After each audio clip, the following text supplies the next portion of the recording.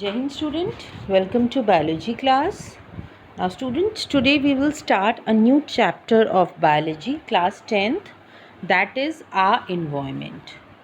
So let's first see what all topics we are going to cover in this chapter.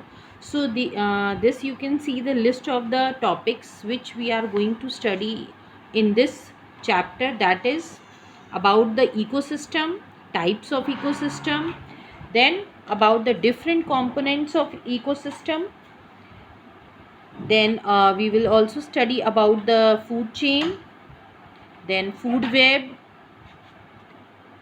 ozone layer depletion, garbage disposal, then methods of waste disposal. So these all are the topics. One more thing, there are two more topics which we are going to cover, that is your biological magnification and 10% law. So these are the list of topics which we are going to cover in this chapter.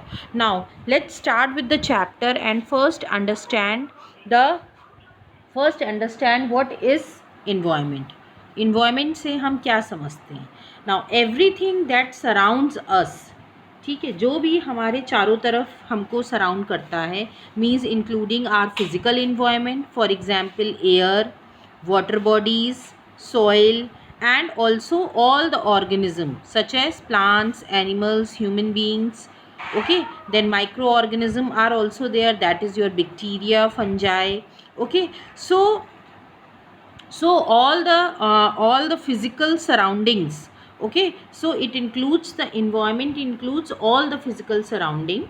Okay, so everything that surround us is the environment. और ये जो भी चीज़ें हमको surround करती हैं चारों तरफ से, चाहे वो एनिमल्स हों या फिर प्लांट्स हों या फिर जो नॉन लिविंग थिंग्स हों, लाइक आपका अभी मैंने बात किया एयर, वाटर बॉडी, सॉइल, ये सब कुछ जो है it constitute environment. Okay, now अभी हमने बात की कि जो चीज़ें हमें सराउंड करती, इसमें हमने एनिमल्स की भी बात की, प्लांट्स की भी बात की, then we have also discussed about non living thing. तो ये क्या होते हैं, इनको अगर हम बायोलॉजिकल टर्म में समझें, so they are the biotic and A biotic components. तो हम ये भी कह सकते हैं कि जो इन्वायरमेंट है it includes both living, that is your biotic, and non-living, that is your abiotic components.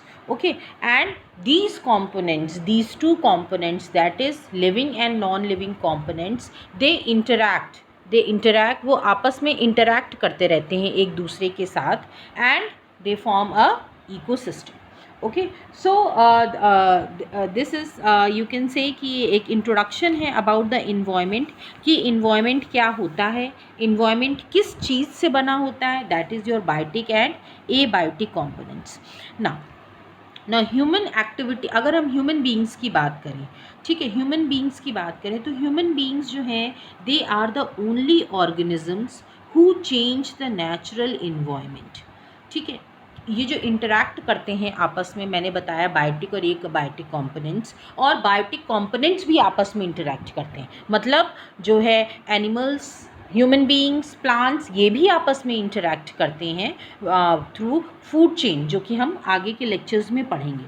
लेकिन अगर हम ये देखें कि जो इन्वायरमेंट है, इन्वायरमेंट जो को अगर कोई भी चेंज कर सकता है, that is only human beings, because human beings जो हैं they need to fulfil their needs, उनको अपनी नीड्स फुलफ़िल करनी होती हैं. For example they need food, they need clothing, they need housing, they need transport, they need construction activities, they need industries, so many things जो हैं, these all things are needed by human beings. So now from where they will get all these things, they obviously they will get all these things from the environment only. So in this way they can change the environment, because when these activities are uncontrolled, means एक limit में है, within a limit, then it's okay. But when हम अगर excessive use कर रहे हैं अपने selfish motive के लिए, then obviously the balance and the healthy environment will be disturbed. Okay, now human beings he only responsible for the two types of waste. दो तरह के अगर हम वेस्ट की बात करें जो कि ह्यूमन बींग्स ही रिस्पॉन्सिबल हैं, okay, they are biodegradable and non biodegradable waste. Okay, so these all waste material, they are produced by various activities of human beings and animals also, and they are poisonous also to some extent. कुछ extent तक ये poisonous भी होती हैं, harmful भी होती हैं activities, waste. Okay, सो हमने इनको दो कैटेगरी में डिवाइड किया गया है, biodegradable and non biodegradable. Biodegradable वो वेस्ट होते हैं, they can be easily decompose into harmless substance, या हम ये भी कह सकते हैं they can be broken down to non poisonous substances, okay, by the action of microorganism, for example bacteria. okay, so ये आपका आता है बायोडिग्रेडेबल वेस्ट. एग्जाम्पल की अगर हम बात करें तो एग्जाम्पल में आपके नेचुरल फाइबर्स आएंगे, ओके, देन योर वेजिटेबल्स हैं, फ्रूट हैं, पल्सेस हैं, paper, animal dung, okay, vegetable peelings हुई, ड्राइड लीव्स, फ्लावर्स, ये सब कुछ बायोडिग्रेडेबल वेस्ट में आता है, जो कि चेंज माइक्रो ऑर्गेनिज्म की एक्टिविटी से ये वेस्ट जो है वो हार्मलेस सब्सटेंसेज में, सिंपल सब्सटेंसेज में चेंज हो जाता है. Now the next category is your non biodegradable waste. Now non biodegradable waste जो है they can not be broken down into non poisonous और हार्मलेस सब्सटेंसेज.